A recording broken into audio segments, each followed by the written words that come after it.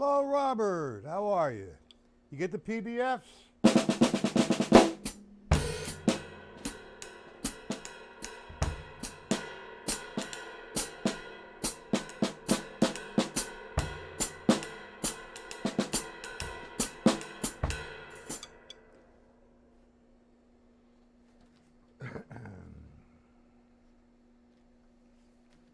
How you making out with master studies?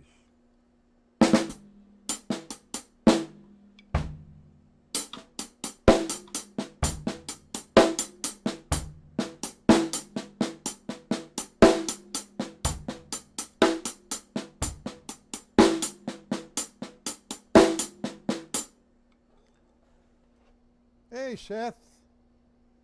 Hey, Seth, I'm going to try again at the post office this time. I did the post office and I did UPS. UPS told me that your address is not registered on their computer. And the same thing happened with the post office.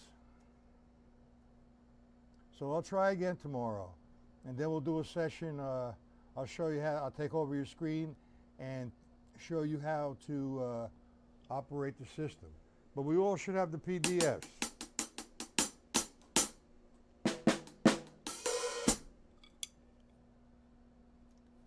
Okay, you've been working on drumming, or you just been a job?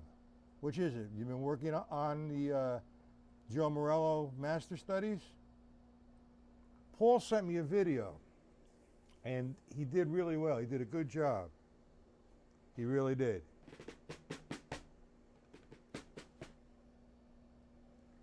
Okay, so let's just wait a little bit. Any questions about anything before we begin the lesson? Before we wait for the chat to populate?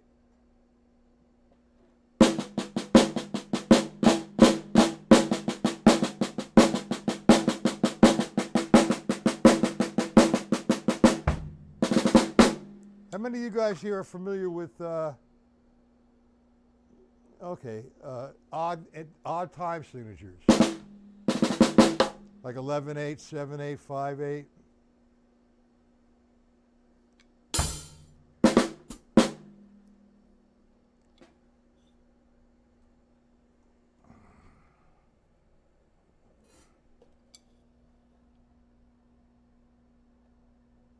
Well, that's okay, Stacy, if you have made mistakes.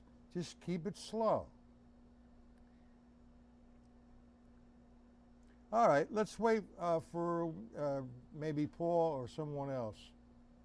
All right, then we'll start the lesson. But does anybody here have any questions on anything before I start today's lesson?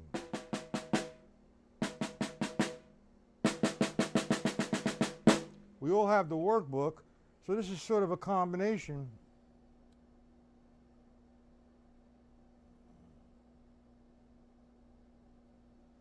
You worked with odd time signatures. Okay. How about you, Stacy? Like 11/8? 1, 2, 3, 4, 5, 6, 7, 8, 9, 10, 11, 1, 2, 3, 4, 5, 6, 7, 8, 9, 10, 11. That's easy. Well, 4, 4, that's even to odd. Well, it's actually even to even. It's not odd. Well, something like 7/8. If you were going to go from 7/8, say to 4, 4, you establish the quarter note. Boom, boom. 7/8. It's 7 eighth notes. Each eighth note equals the quarter. Here's your quarter note. 1, 2, 3, 4, 5, 6, 7. 1 and 2 and 3 and 4 and 1.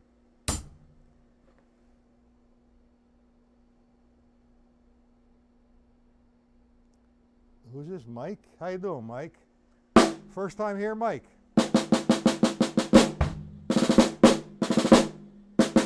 That's another lesson we'll get into odd time signatures. Drives me crazy because it takes a tremendous amount of concentration to make a transition from 11/8 to 4/4 because the bass drum is going to change. The quarter note won't. Mike, is this your first time here, sir?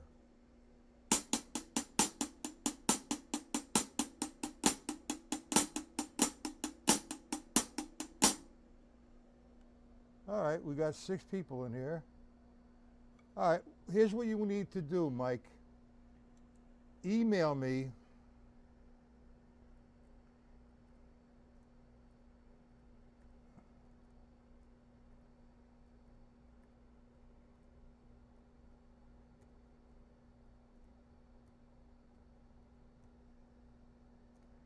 That's my email, Mike.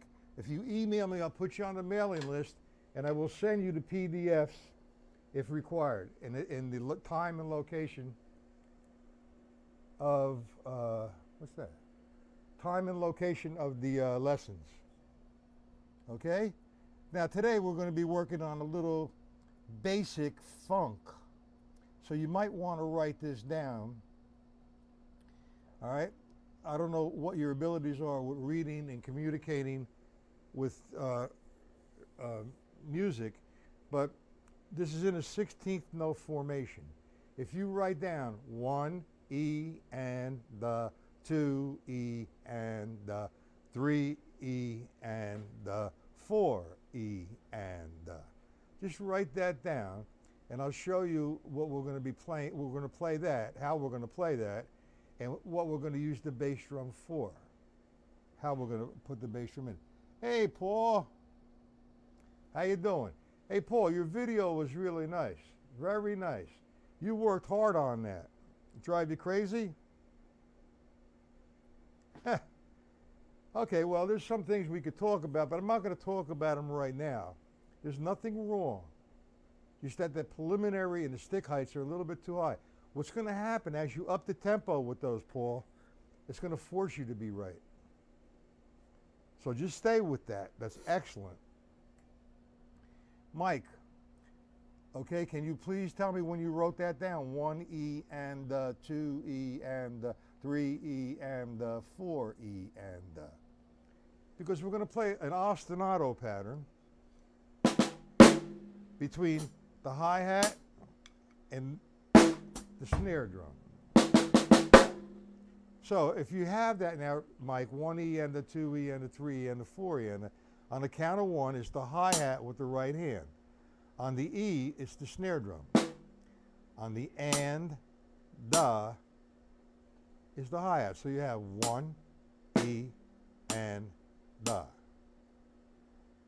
Okay, tell me when you have it. Now on the count of 2, you have, it's not reversed, but it's sort of an inverted parallel. You're hitting the backbeat, 2, E, and the. So now you have 1, E, and the, 2, E, and the, 3, E, and the, 4, E, and the. Now that's the ostinato pattern that we're going to be playing. There's some ghost notes involved, but you want to make that definition on the backbeat, that 2 and 4, pretty strong. Sometimes I have a problem with it. I like to get it in one spot, half a rim, half a drum, like that. So I have.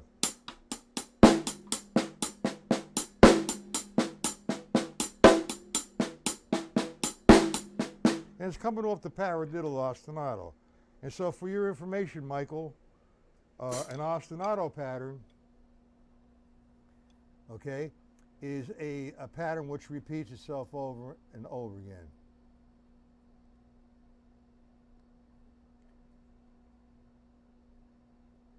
We'll see what happens. All right, Paul, let me address that to you, okay?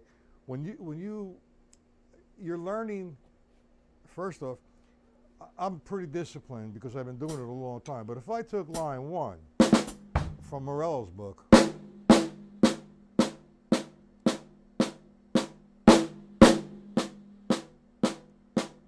now if I was going like this,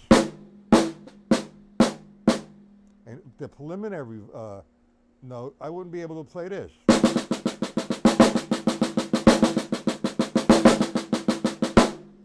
you don't have time. Just stay with it. You're doing just fine. It doesn't happen in a day. And yet, it forces you to be right. When you start doing exercises like that, it most definitely makes you right when you play it faster. Okay, so let's get back to the pattern. And what I did is I used the grid. You know, I played the bass drum on the counts of 1 and 3. Then I moved it over. I permutated it to the E of 1, E of 3. Then to the and of 1, and of 3. Then the da of 1 and da of 3. It's very basic. But I'm going to build on this for tomorrow. You're going to get another set of PDFs. All right? Well, they're going to give you some great hands, Paul. They really will. And it really makes you focus and makes you really think and makes you dizzy. I mean that dizzy in a good way. Okay, back to the pattern. Okay? Now, for those who are not familiar with it and really want to get the coordination down, and this is my approach, and I would highly recommend it. It works for me and works for everybody who I give it to. Everybody wants to play something like this, like they've been playing it all their lives, and they make all kinds of mistakes. They get frustrated and say, to hell with it. No. This is how slow you need to do it, and that's the key word, slow. Watch. 1, E, and, da. 2, E, and, da. 3, E, and, da. 4, E, and now put the foot in, da. 1, E, and, da. 2, E, and, da. 3, E, and, da. 4, E. Second one on the E. 1, E, and, da.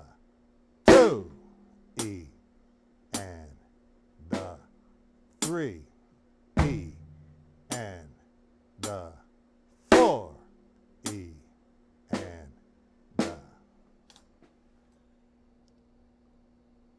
Do you see how slow I'm doing that? It forces you to concentrate. You make a mistake, so what? When it goes around again, correct it. Let's do it with the and, on the and of 1 and the and of 3. 1, look how slow, watch how slow. 1, ghost note, and, 2, E, ghost note, da. 3, E on the and, 4, E, and back, I can do it again. 1, E, and, 2, E, and, da. 3, E, and, 4, E, and, da. Everybody understand how slow I'm doing? Am I boring you? What I like to do is just hang out. Once you get the chart down, which is it's not difficult, it's easy.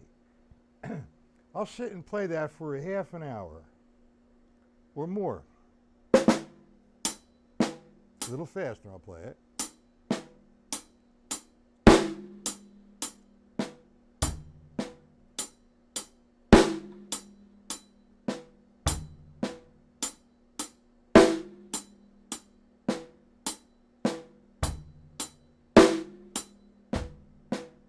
And randomly just put my bass drum in where I feel like it. That will help you. But it's so simple. Now, we're going to get back to, Paul, we're going to get back to the Morello exercises, the master studies, one day next week. What I'm going to do is I want to stay on this kind of stuff this week. I have, like I said, another PDF. I'm going to be shooting another PDF your way. But eventually, you're going to find, all right, like I start you off in the pattern series,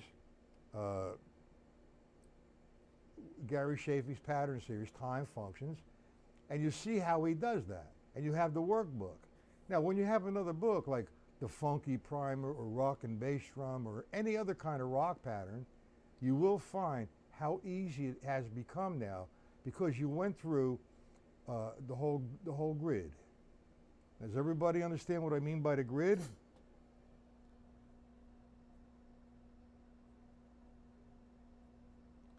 Hey, Mike, do you understand? Mike Shimel, where are you from, Mike?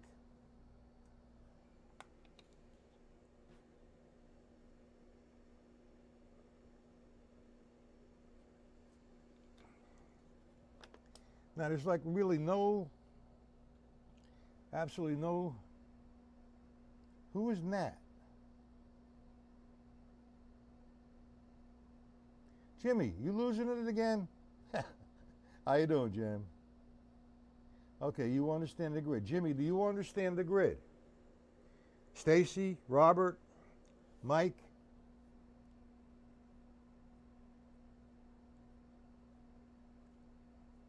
Jimmy, do you understand the grid?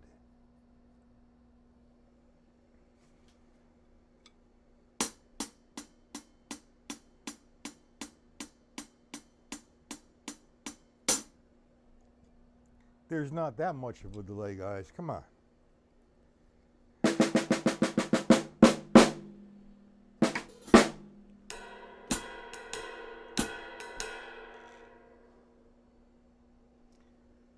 Anybody who explain the grid to me, everybody?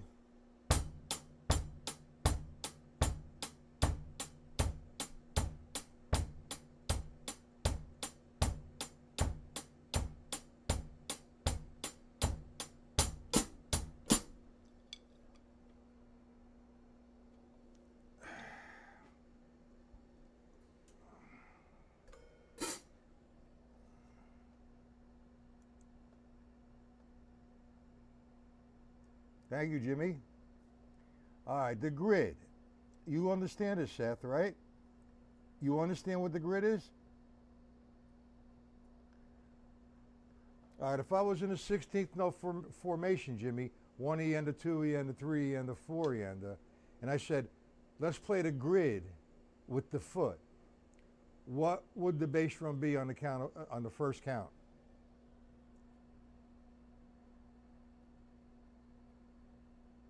Stacy, you understand the grid?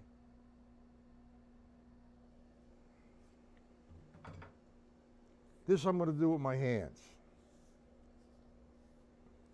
All right, I'm counting 1 E and a 2 E and a 3 E and a 4 E and a. So, here is the grid.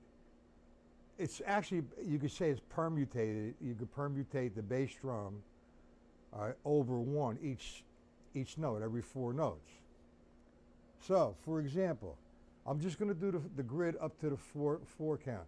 The first note is 1, E, and the, then 2, E, and the, 3, E, and the, 4, E, and the. And go back to the 1. It's referred to as the grid. Sometimes it's called permutate. But I'm in a 16th formation. I'm counting 1 E and the 2 E and the 3 E and the 4 E and the. Okay? The first note is on 1. 1, E, and the. Now, when I get to 2, I'm moving it over 1. 2, E, and the. And 3, I move it over 1 more. 3, E, and the. Then 4, I move it over again. 4, E, and the, then back. 1 E and the 2 E and the 3 E and the 4 E and the 1. Stacy, does that help you? If you write out a grouping of the 16th notes, 1 E and the 2 E and the 3 E and the 4 E and on the top of 1, you put a slash, that's what you hit. 1, E, and the. Now you get to 2, you're moving it over or you're permutating. 2, E, and the. And on 3, it's on the end. 3, E, and the. And then on the 4, you move it over 1 more. 4, E, and da. A good way to do that,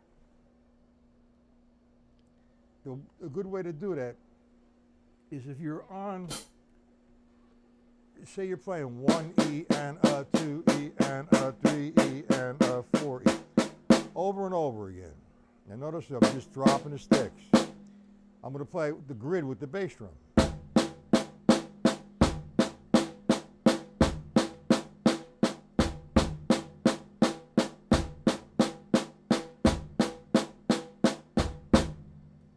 Do we see that?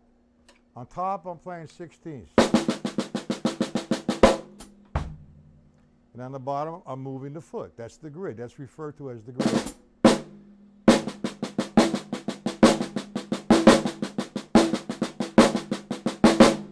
I just did a run of 16th note singles, and I accented it as the grid. Hoist, how you doing? How are you, Hoist? Okay, we're not working on the Morello book this week, but you keep working on it, and we're going to continue on it sometime next week. This week I just want to change it up.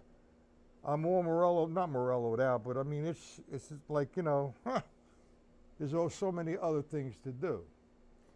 Where is, what's his name? Mike. You still here, Mike? Hoist, I just asked the question. What is the grid? Do you all know what the grid is?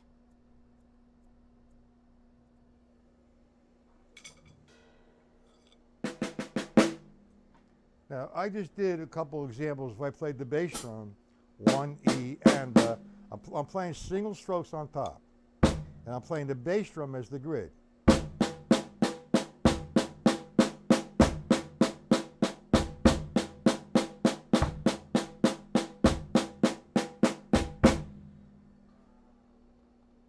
Hoist, do you understand that?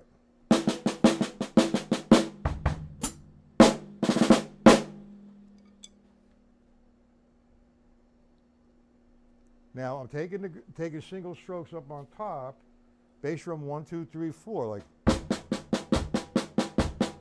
and I'm accenting the 16ths as the grid.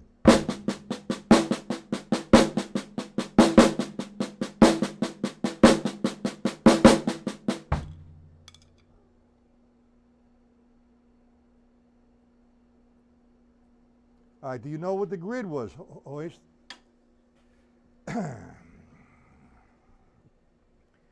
How many of you guys have Advanced Techniques for the Modern Drummer by Jim Chapin? How many guys have that?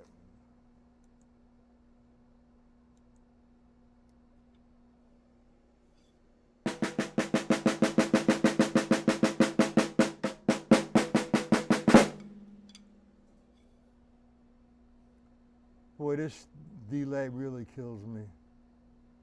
Ingerabanga. All right, Hoist, first you have to answer me. Do you understand what the grid is? When I practice something like this or play something, I mean, you know, I like to play to a tune, you know, put the stereo on and play through it. You have the Chapin. All right, we're going to work out of that. All right, we'll work out of some of that stuff later, not today. But when I sit, like I said, I just relax.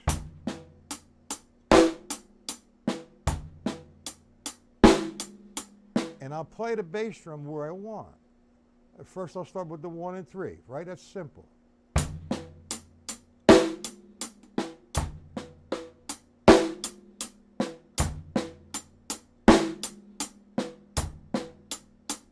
Then the E. 1 E, 1 E and a 2.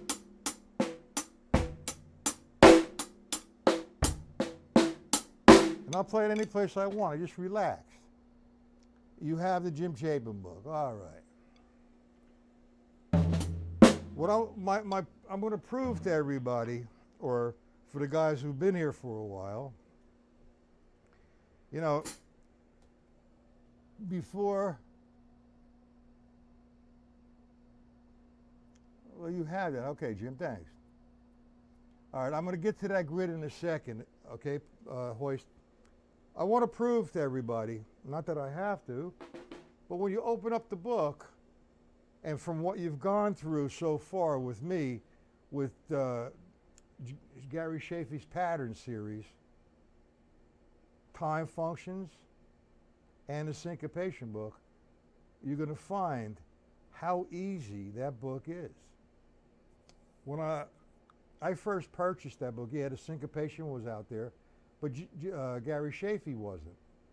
And I look at the Jim Chapin book, I said, wow, this is difficult. Now, I always get in trouble because I express myself, I pull no punches, I throw it out there. I accepted to do Jim Chapin's book as, it was a challenge, it really was a challenge.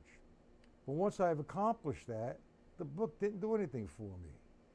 You know, what made that book extremely famous, nothing against Jim Chapin, he's a great instructor. What made that book sell, iconic sort of, was the graphics. He broke down the triplet against the jazz time, or the combinations of, or so on and so forth. But the book, in my opinion, does not swing.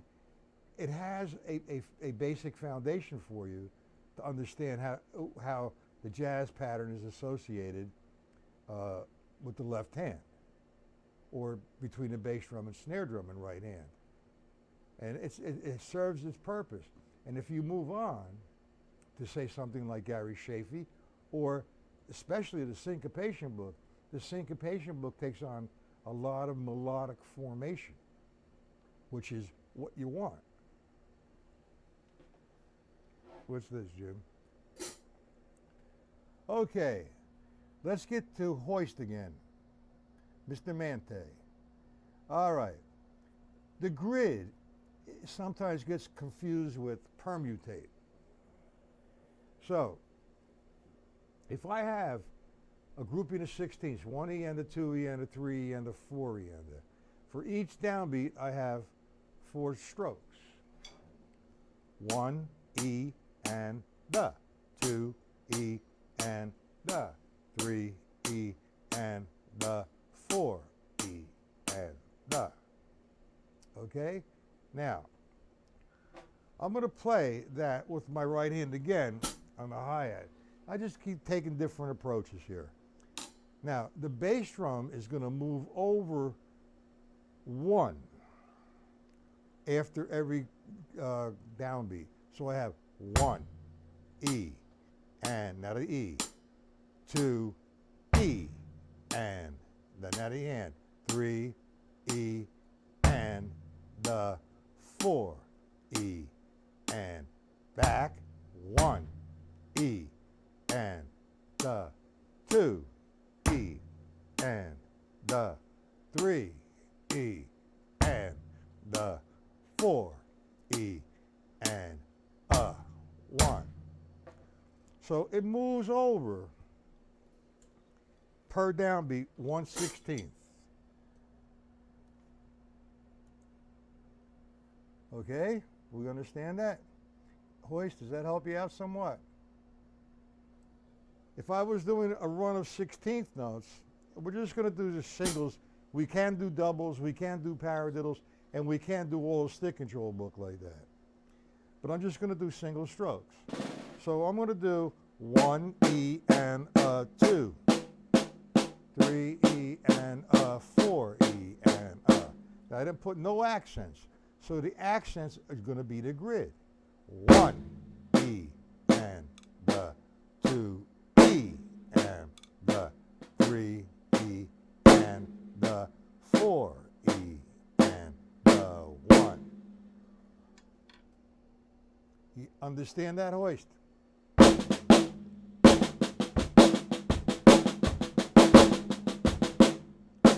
And by working at a master studies, that makes it pretty simple, no? Paul, you see that, the correlation with that, with master studies?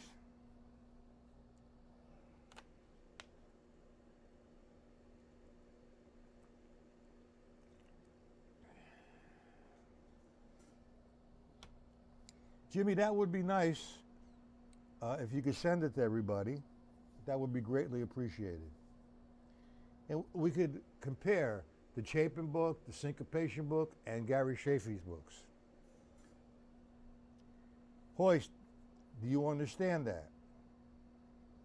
If I'm counting 16ths, 1, E, and 2, E, and 3, E, and 4, E, and 1, E, and 2, E, and 3, E, and 4, E, and 1. Yeah, it moves over 1. It's the same terminology where it's the same thing as permutate the accent.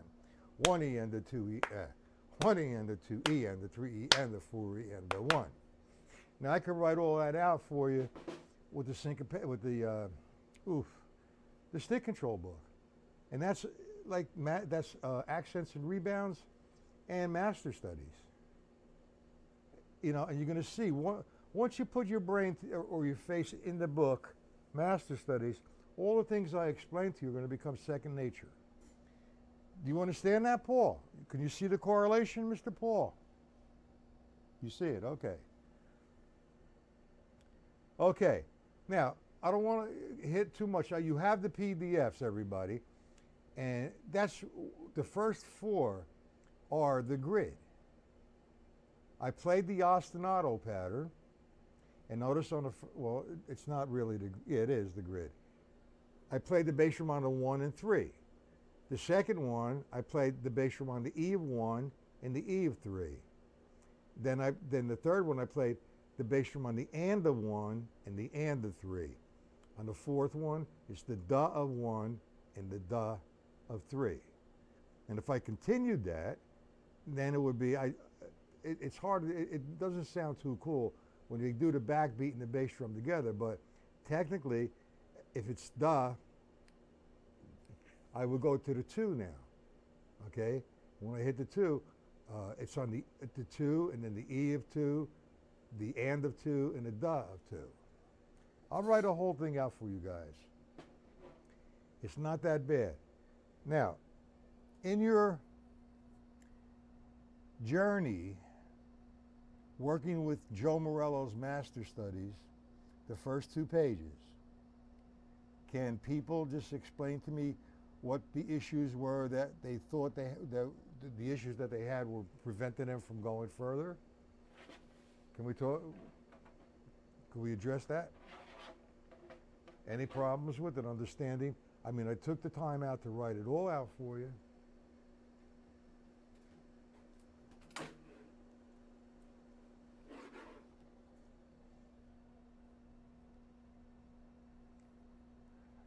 What was your problem, Hoist, when you were working with Master Studies? Did you have any problems?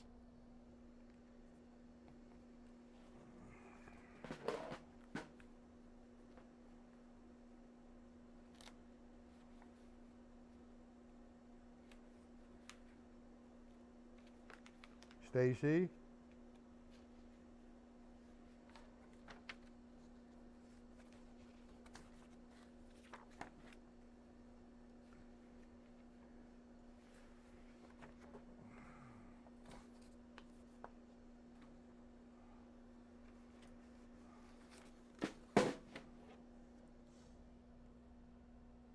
Anticipating the levels? Well, that's what it's about.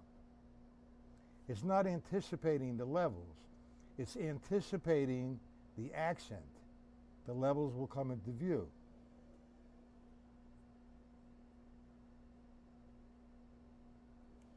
Well, like we talked about before, Paul, that's correct. And, you know, like I said, you did a really nice job. I see some things we could tweak, but I'm going to let it go. Because as you up the tempo, you're going to find that the sticking, by you doing it over and over and over again, the sticking heights are going to be perfect because you don't have time for the preliminary stroke and the stick to be too high. What you're doing right now is you're exaggerating slowly. All accents should be full strokes or downstrokes, okay, or free strokes, and all notes in between should be taps and upstrokes at the half stroke level, and you'll find it come together. Now, one thing that you should do, Stacy, if that's an issue, here's a good one for you, because we worked with the grid today. If I do 16ths,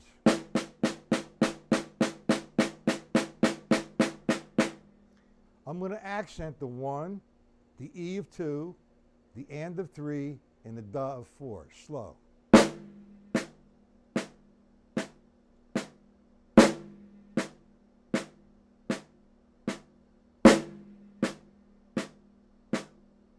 Ah, 4, E, and 2, E, and 4, E, and da, 1. You work on that. Do it 4 times to the right, 4 times to the left as a loosening up exercise. And it's a warm-up. And that, you know, it's not that you're anticipating, you're knowing. There's a difference. You know, I always hate to use this kind of scenario, but I'm going to. And I used it on Seth when he was here. We talked about the stroke and, you know, people being fast. What makes you fast is you coming back or being in the position to stroke, not the stroke itself. For example, if I do a downstroke, I'm up here. I'm doing a downstroke. Now I know if I'm going to do another downstroke after this next stroke, I have to come up.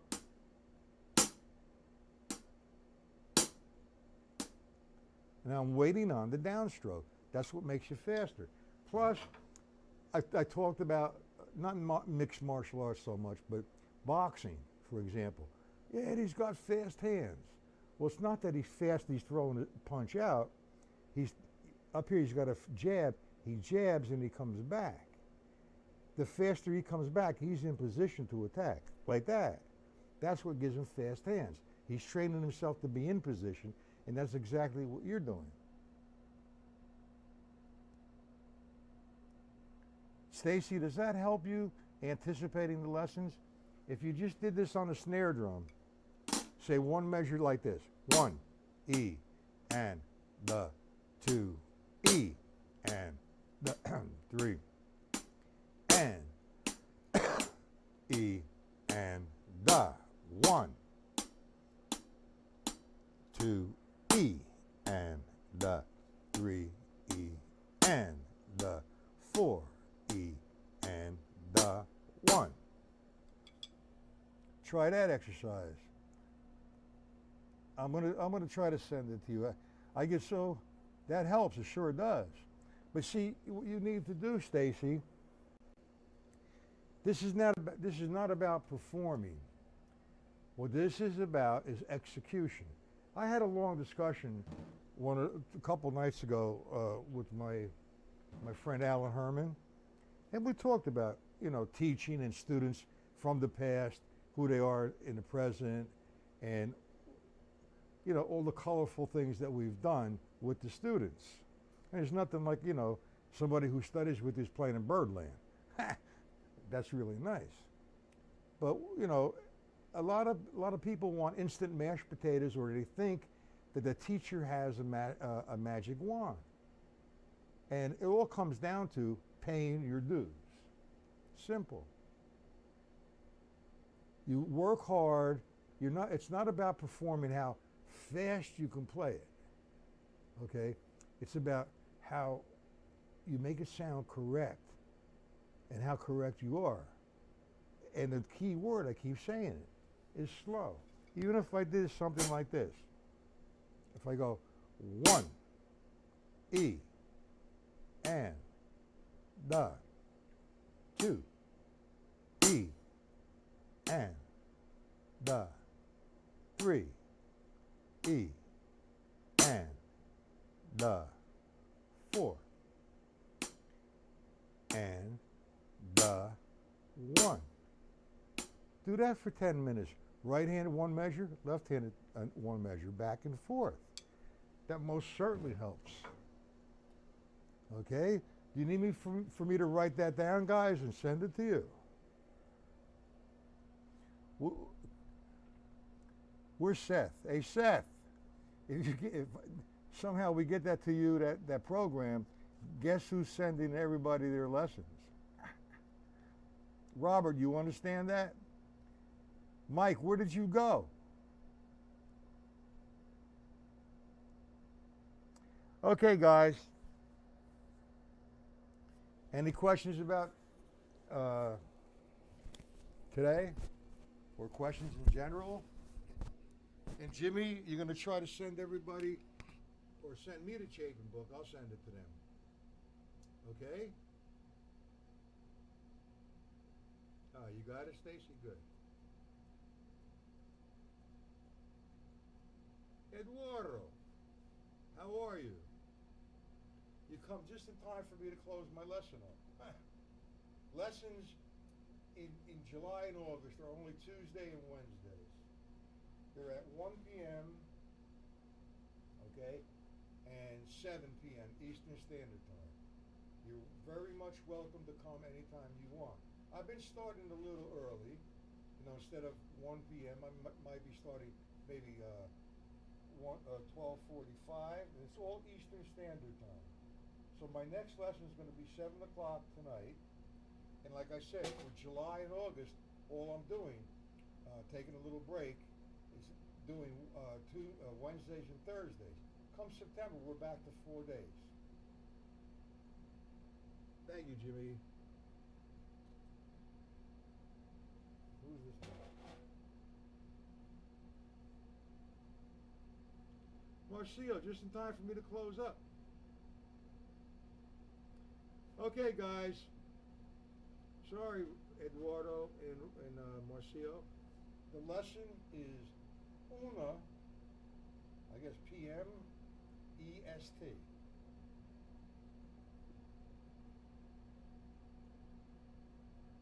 Not a problem, Eduardo. Robert, any questions? Jimmy? You're welcome. Okay, it's time for Uncle Matt to say